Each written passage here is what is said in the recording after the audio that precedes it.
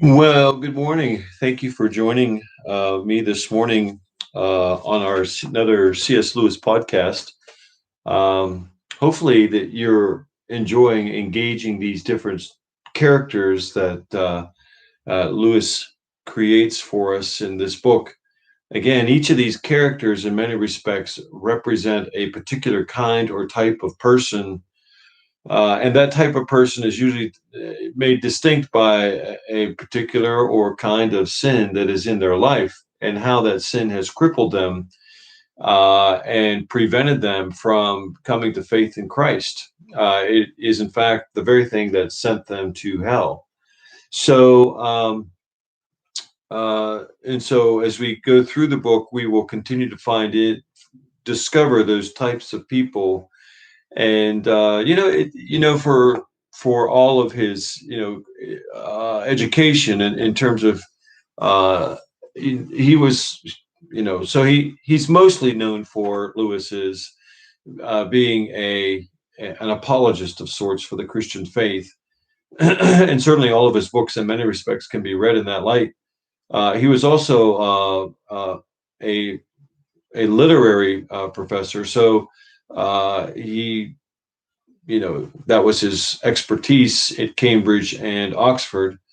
And as a single man for most of his life, had the time to continue to go to school. So he has, in effect, what we would call three PhDs. So there's a reason why in the United States we call a PhD a terminal degree, meaning you're done. You never want to go through that again. Lewis had, in essence, three of them.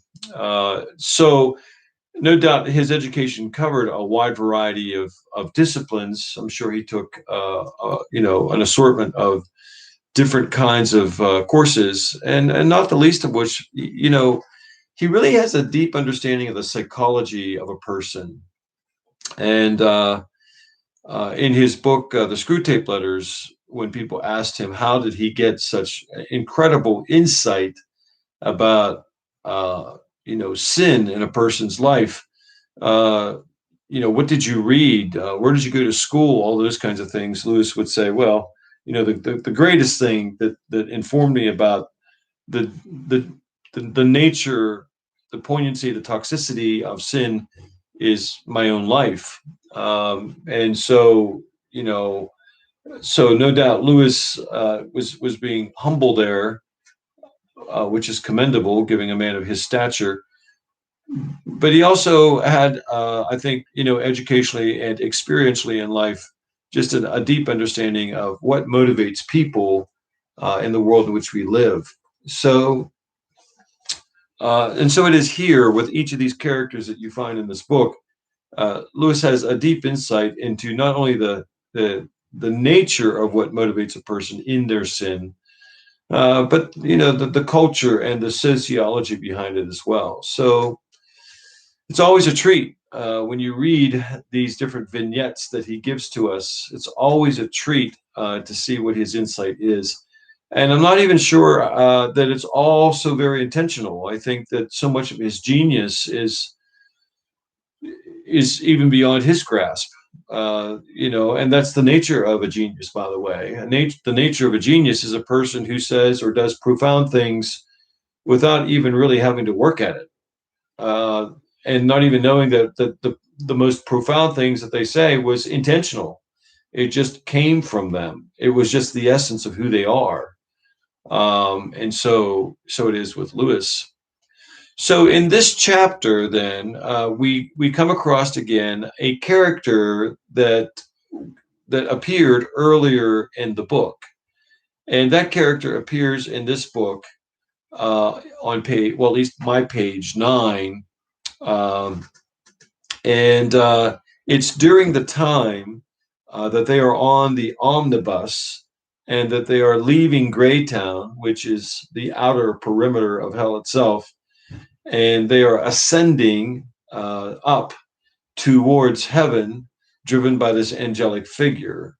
And the main character of the book has several encounters with different kinds of people on that bus. And one of the people that he encounters is a person that he describes as an intelligent looking man with a rather bulbous nose and a bowler hat. And he has a conversation with that character on the omnibus.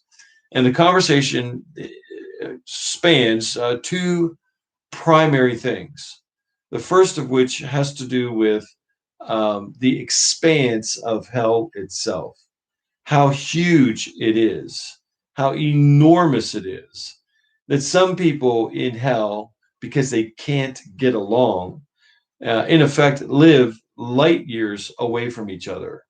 Um, as in one case, 1,500 light years away from each other. So light travels 1,760 miles per second. So if you add up all the seconds in a year, that's 1 year. 1 year times 1,500 is 1,500 light years. And that's how far one person lived from another in hell itself. So you get this sense as this very intelligent man, describes the nature of hell, its absolute enormity. I mean, it is an expanse that cannot be grasped. And so that's the first thing that they talk about. The second thing they talk about on the omnibus is that the very intelligent man is on the bus to go to heaven, because he says that people in hell have no needs. There are no commodities, no real commodities. And so he wants to go to heaven to find something in heaven to bring back with him as a commodity, as something that he could sell. And so he's kind of like a capitalist, but a blind capitalist, a toxic capitalist, maybe an extreme capitalist of sorts. And so, that's what he's after. So uh, he says, well, as a matter of fact, between you and me and the wall, that's my job at the moment. What's the trouble about this place? Not that people are quarrelsome. That's only human nature, and always was the same, even on earth.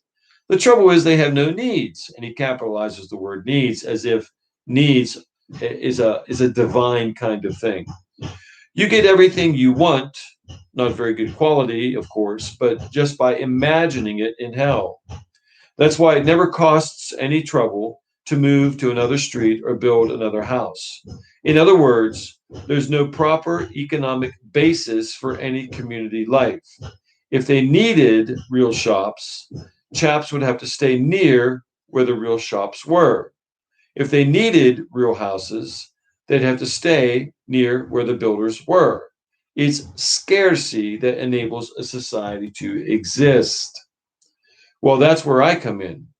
I'm not going on this trip for my health. As far as that goes, I don't think it would suit me up there, but I can come back with some real commodities. And so, his intent then is to come back with commodities, things that people will want that they can't get any other place. And because they want it, they will stay in some kind of locale so that they continue to have it. And so there's this kind of like,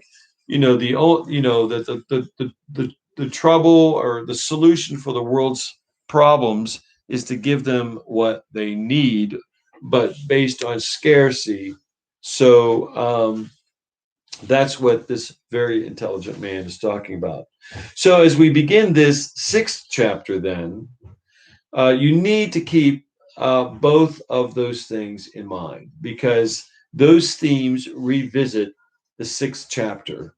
And so in this chapter, then Lewis is going to address through this main character as he makes his way about in heaven, the outer perimeter of heaven, that as he um, as he does that, there'll be two themes that they attend to, and the first of which has to do with the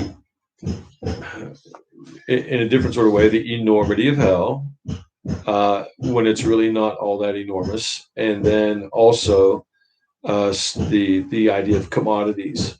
So that's where we are in this chapter, and I think you'll find it to be interesting.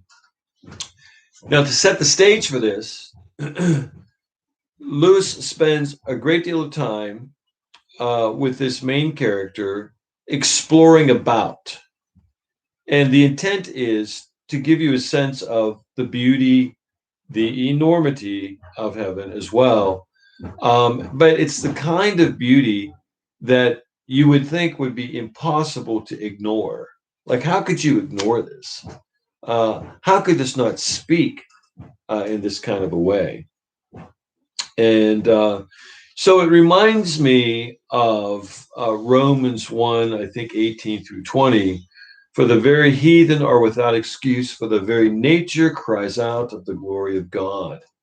Psalm 19 would also speak to that, about how the heavens declare the wonders of God. And so when you get the picture of heaven here, it's so gorgeous and so beautiful that it speaks of something that is far greater than any of these ghost-like figures could even begin to imagine or grasp or even accommodate in their current state. It is so much more substantive and solid. And I just want to reiterate again that what Lewis is basically saying, and this is one of the primary themes of the entire book. In this world, we tend to think of the spiritual world as less substantial, more ethereal, more wispy, more vaporous, more smokish. That's how we tend to think of the spirit world. Lewis, and this is one of the most brilliant things about this whole book, is that it's really the exact opposite. That the world that we live in today is the vapor. It's barely substantial. It is this smokish, oily expression in the light of God. So even with the beauty that you see in the world today, when you see a sunset or the waves coming in off the ocean or a mountain landscape or whatever you see, and you see the beauty of that, that is the gorgeousness and the exquisiteness of God bleeding through an incredibly fallen creation. This is almost insubstantial in its beauty in comparison to the overwhelming gorgeousness of heaven itself. What we see and think of as being solid and substantial here barely can be seen in the light of heaven itself. And so, because heaven is much more solid. So, Jesus was able to walk on water or walk through walls because he was more solid and the walls were less solid. They provided no impediment to him at all. But heaven, in our current state, every part of heaven is an impediment. Every part. There is nothing about our nature now that makes it possible for us to live even on the outer perimeter of heaven, if such a place even exists, an outer perimeter of heaven. So we're going to spend some time setting up the stage of how beautiful heaven is. The cool, smooth skin of the bright water was delicious to my feet, and I walked on it for about an hour, making perhaps a couple of 100 yards. Then the going became difficult. Remember, he can walk on water because he is less substantial. Water is almost solid to him. Then the going became difficult. The current grew swifter. Great flakes or islands of foam came swirling down towards me, bruising my shins like stones. if I did not get out of the way. So we've all seen that when in rapidly flowing water, you see the foam or you see the bubbles coming down. Those bubbles were like rocks. So those little mounds of bubbles would come up and hit them in the shins, and it would hurt them. In this world, water would just break over our legs. In that world, water threatened to break his legs. The surface became uneven, rounded itself into lovely hollows and elbows of water, which distorted the appearance of the pebbles on the bottom and threw me off my balance so that I had to scramble to shore. But as the banks here consisted of great flat stones, um, I continued my journey without much hurt to my feet. So remember, it's difficult for them to walk on grass. It's like you and me, being the size we are, walking out in our yard and attempting to walk on that grass, and that grass is just a bunch of points sticking up into the bottoms of our feet. An immense yet lovely noise vibrated through the forest. So normally when we think of an immense noise, we don't think of it as being lovely. And the closest approximation that I would have to that in our world was one time years ago, I was biking the Great Allegheny Passageway from Ambridge, PA, all the way down to Washington, D.C. And it's called the Rails to Trails here. But after I got into the Great Allegheny Passageway and I went through the Cumberland Gap, I was in Maryland and I was camping, and it was a primitive camp. And so I had gone as far as I could that day, and I put my tent up. And little did I know that when dark hit, every cricket and locust and frog, uh, anything that could make a noise, made a noise that night. And I have to tell you that if that it was the same decibel level as a jet engine, the same. I mean, the noise that they made and how it pounded and pounded and pounded through those woods. The sides of my tent vibrated with every swell and ebb, every crescendo. I mean, it just, and the entire night. And at first, I was wondering how I was going to be able to sleep. But honestly, it was a beautiful noise. And I would do it again in a nanosecond. I would do it again. It was spectacular. It was both immense and lovely at the same time. So if you ever get a chance to do that, you should have that experience. It was phenomenal. So that's what I'm picturing when he says an immense yet lovely noise vibrated through the forest. Hours later, I rounded a bend and saw the explanation of this noise. Before me, green slopes made a wide amphitheater. So you get these green slopes, and then there's this wide, like, amphitheater, enclosing a frothy and pulsating lake, which which was over many colored rocks. A waterfall was pouring. And so you get this picture of this bright green, sort of like Irish, landscape. And then it acted like an amphitheater, which of course would have uh, localized and pushed the sound. And then there was this beautiful lake, and over which was many colored rocks. And so picture whatever color you want, but the water was over top many colored rocks. And then there was this waterfall that was pouring. Here, once again, I realized that something had happened to my senses. And so, being in that environment, he was becoming more acclimated and evolving from his wretched state that he was in Greytown in hell. And he was able to become more comfortable and to register more with his senses, uh, heaven was healing him. Heaven was beginning to glorify him a bit, even though he was not committed to Christ yet. Here, once again, I realized that something had happened to my senses so that we were now receiving impressions which would normally exceed their capacity. He was able to grasp more with his senses. On earth, such a waterfall could not have been perceived at all as a whole. It was too big.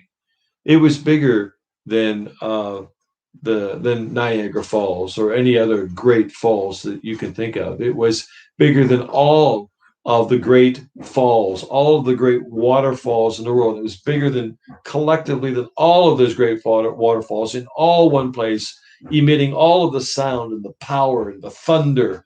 It was greater than all of that. And yet now he was beginning to grasp it in a way that he could have never grasped it.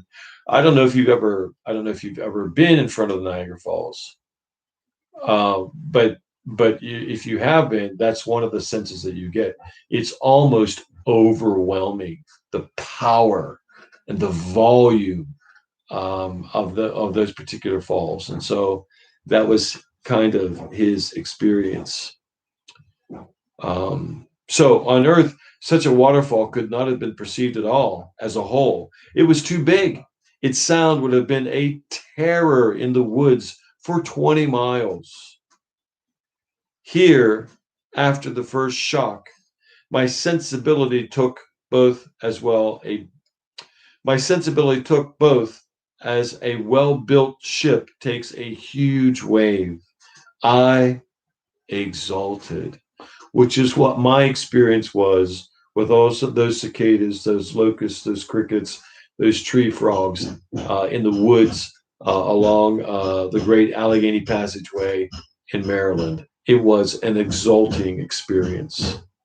The noise, though gigantic, was like giants' laughter, like the revelry of a whole college of giants together, laughing, dancing, singing, roaring at their high works.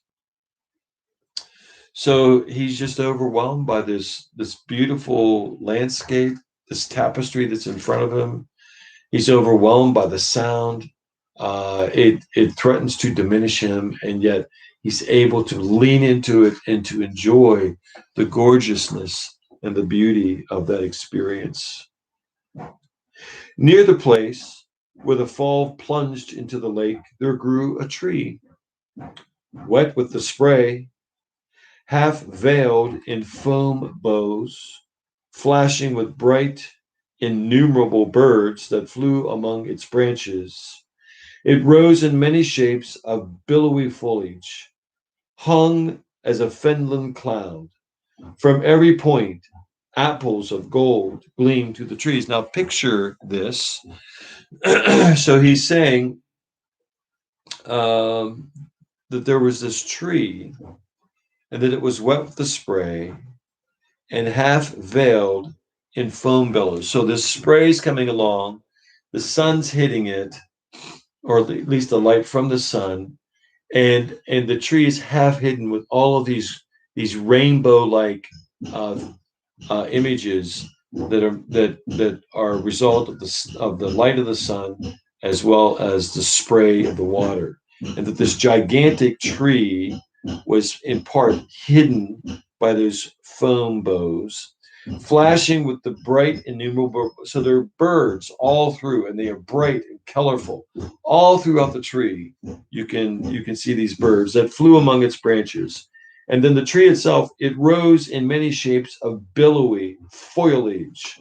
And so you just get this sense of just all these clumps of foliage hung as a Fenland cloud. And so they just look like these green clouds hanging in the sky.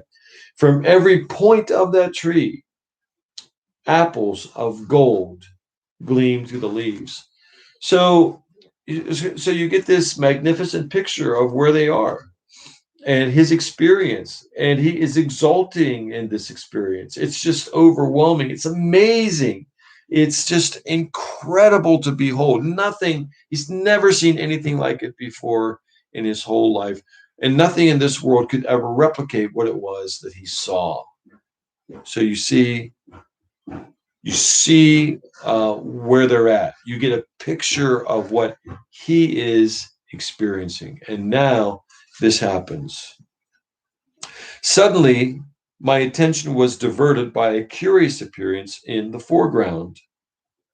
A hawthorn bush, not 20 yards away, seemed to be behaving oddly. Then I saw that it was not the bush, but something standing close to the bush and on this side of it. So there's something in front of this bush. Finally, I realized that it was one of the ghosts. It was crouching as if to conceal itself from something beyond the bush, and it was looking back at me and making signals. It kept on signing to me to duck down. As I could not see what the danger was, I stood fast. Presently, the ghost, after peering around in every direction, ventured beyond the hawthorn bush. It could not get on very fast because of the torturing grasses beneath its feet, but it was obviously going as fast as it possibly could, straight for another tree. There, excuse me. There it stopped again, standing straight upright against the trunk as it was taking cover. Because the shadow of the branches now covered it, I could see it better. It was my bowler-hatted companion, the one whom the big ghost had called Ike. After it had stood panting at the tree for about 10 minutes and carefully reconnoitered the ground around, it made a dash for another tree, such a dash as was possible to make. In this way, with infinite labor and caution, it had reached the great tree in about an hour. That is, it had come within 10 yards of it.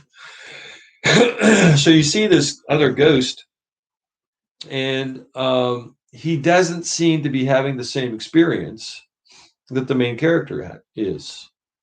The main character is exulting in his experience, that it's so magnificent that even when the other ghost warns him that they might be in danger, he can't come to terms with that. There's no danger here, and so the main character then is is basking in the beauty of this world, whereas the bowler had a companion, the very intelligent man. Uh, he's skulking about. He's afraid. There's only one thing that he happens to notice of any significance or beauty, and he wants that, but not for the reasons for why it ought to be wanted. And so, we go on to read about his experience. Here, he came within 10 yards of the tree. Here it was checked. Round the tree grew a belt of lilies, to which the ghost, to the ghost, an insuperable obstacle. So there's this belt of lilies around the tree, and the ghost can't get over those belt of lilies because you remember, um, he's very insubstantial, and there it's very substantial, much more solid. And so the lilies are too. So he goes on to explain like this. Here it was checked. Round the tree grew a belt of lilies, to the ghost an insuperable obstacle. It might as well have tried to tread down an anti-tank trap as to walk on them. So if any of you remember what anti-tank traps, they're I-beams that are all welded together, and they have all these points. And the goal is for the tank to roll over top of it, to have those points penetrate the belly of the tank and lift it up off its tread so it can't do anything, and basically impale it. So it might as well have tried to tread down an anti-tank trap as to walk on those lilies. It lay down, and tried to crawl between them, but they grew too close, and they would not bend. And all the time, it was apparently haunted by the terror of discovery.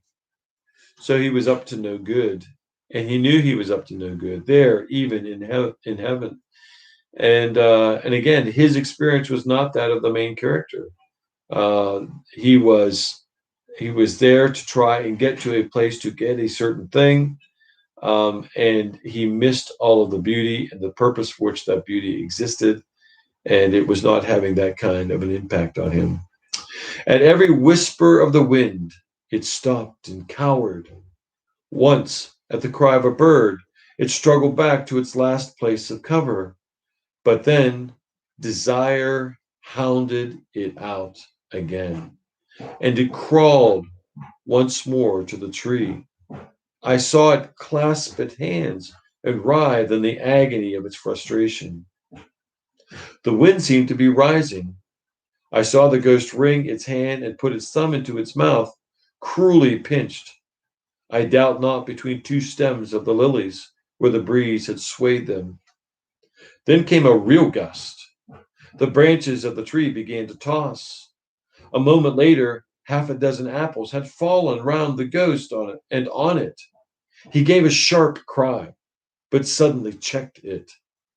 I thought the weight of the golden fruit where it had fallen on him would have disabled him, and certainly for a few minutes he was unable to rise. So you can imagine a person of your size being under a tree, the wind blows, the apples fall off, and this apple hits you somewhere on your head or your shoulder or whatever, and it forces you to the ground and knocks you out. And you would think, what in the world? Well, I mean, that was his nature versus the nature of heaven. So an apple knocked him over. He lay whimpering, nursing his wounds, but soon he was at work again. I could see him feverishly trying to fill his pockets with the apples. Of course, it was useless. One could see how his ambitions were gradually forced down. He gave up on the idea of a pocketful. Two would have to do. He gave up on the idea of two. He would take one, the largest one. He gave up on that hope. He was now looking for the smallest one. He was trying to find if there was one small enough to carry. So the apples are just too big and they're too heavy. So a person, you're my size, going out and we find these golden apples and we want one or several. We try to put several in our pocket, but we can't. We can't even pick them up. They won't fit in our pocket for that reason. And so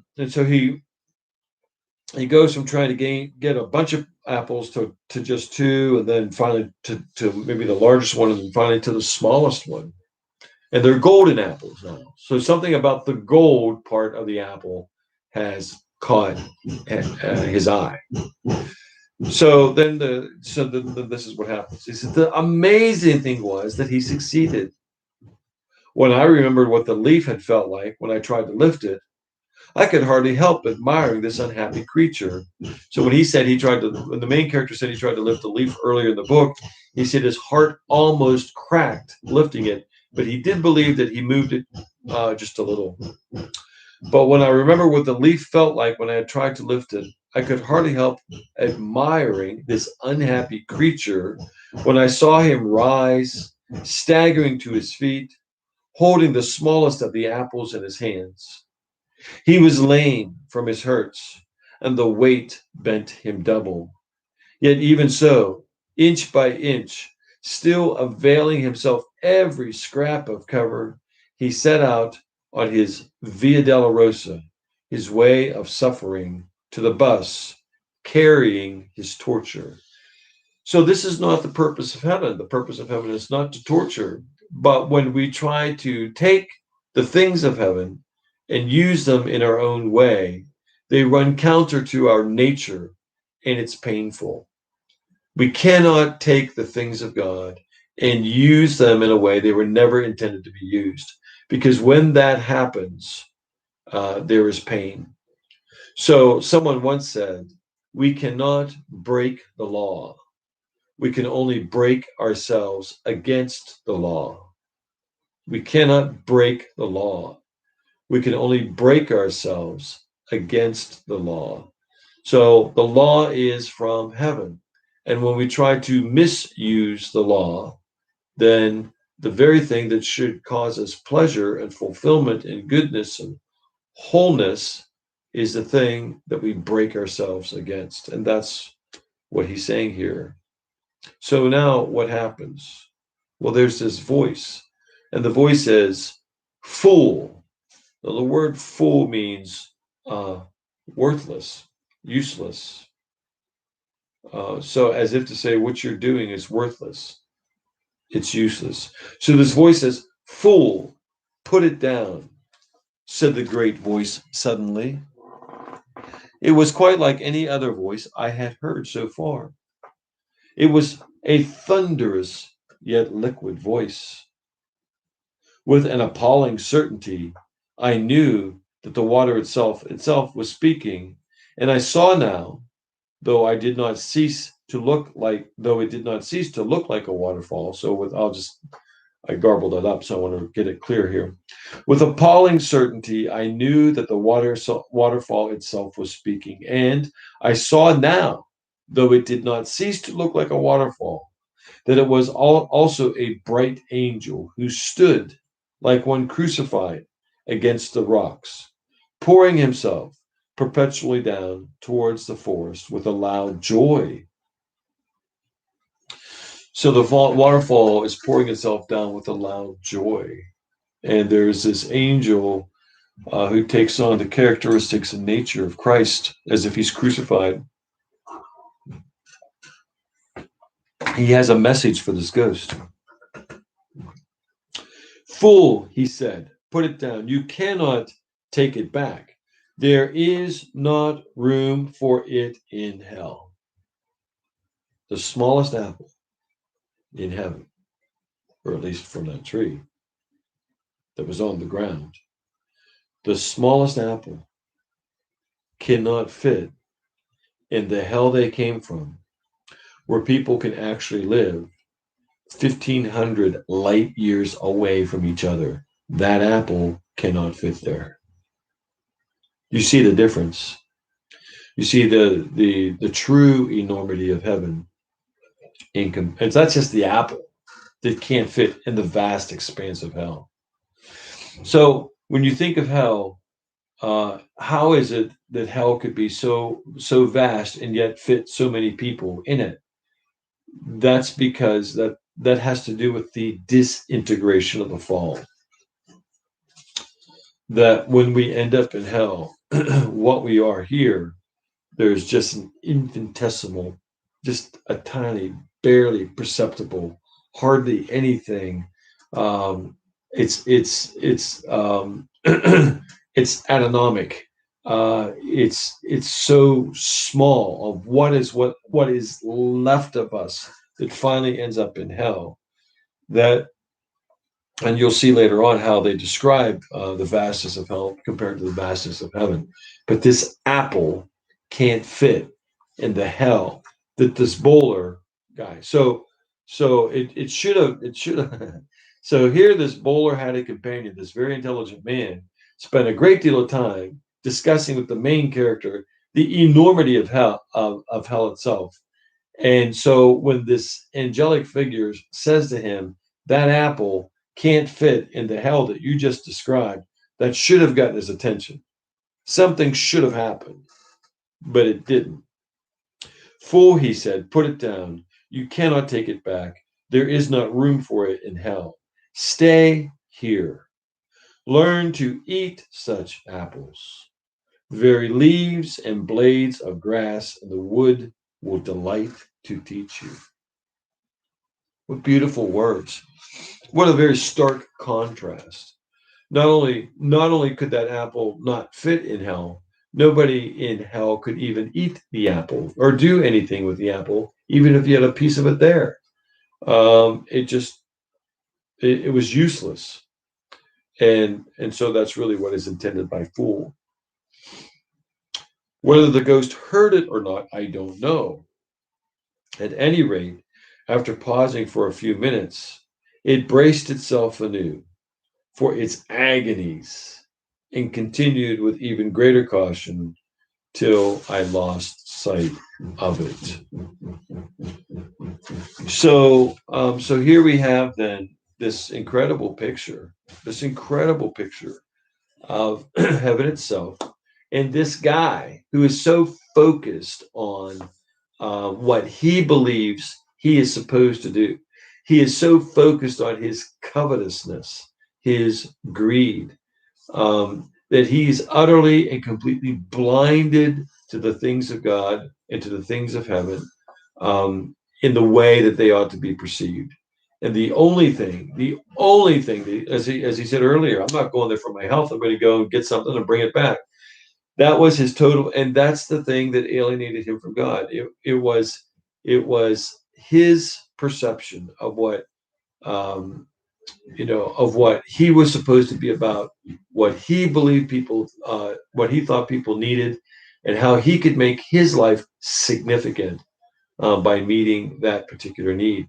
And he was so married to it, he was so embedded in it, that even in the grandeur of this landscape of itself, even with the voice speaking to him, he was dead.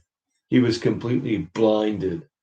He could not see, and he was attempting to use the things of heaven, the things of God, in ways that they were not intended to be used, and it was torturous to him, and not only torturous, but folly, utter folly. And that is what happens when we take the things that God has made us, the things that God has given us, um, and we misuse them. In the end, we break ourselves against them. We don't manipulate them for ourselves. So that's kind of like the lesson of the chapter, and I hope that you enjoyed it. I see we have some people here. If you just say hello so I know who you are. Again, if you would like to share this, please share it. I noticed that we're not sharing, and so it would be helpful to get the message out in some way. If you think this kind of a lesson is important for people to hear, then help me get that lesson to other people as well. Post it on your Facebook or whatever. So I hope that you will help me out with that. Okay. So again. Thanks for those who may listen to this later. I'm at Conway Alliance Church, and I am the pastor there. And so I hope that if you are listening and this is new to you, that you take a look at the rest of our podcast and would be blessed by them. Okay. Thank you very much. Please say hello before you go. Thanks. Bye bye.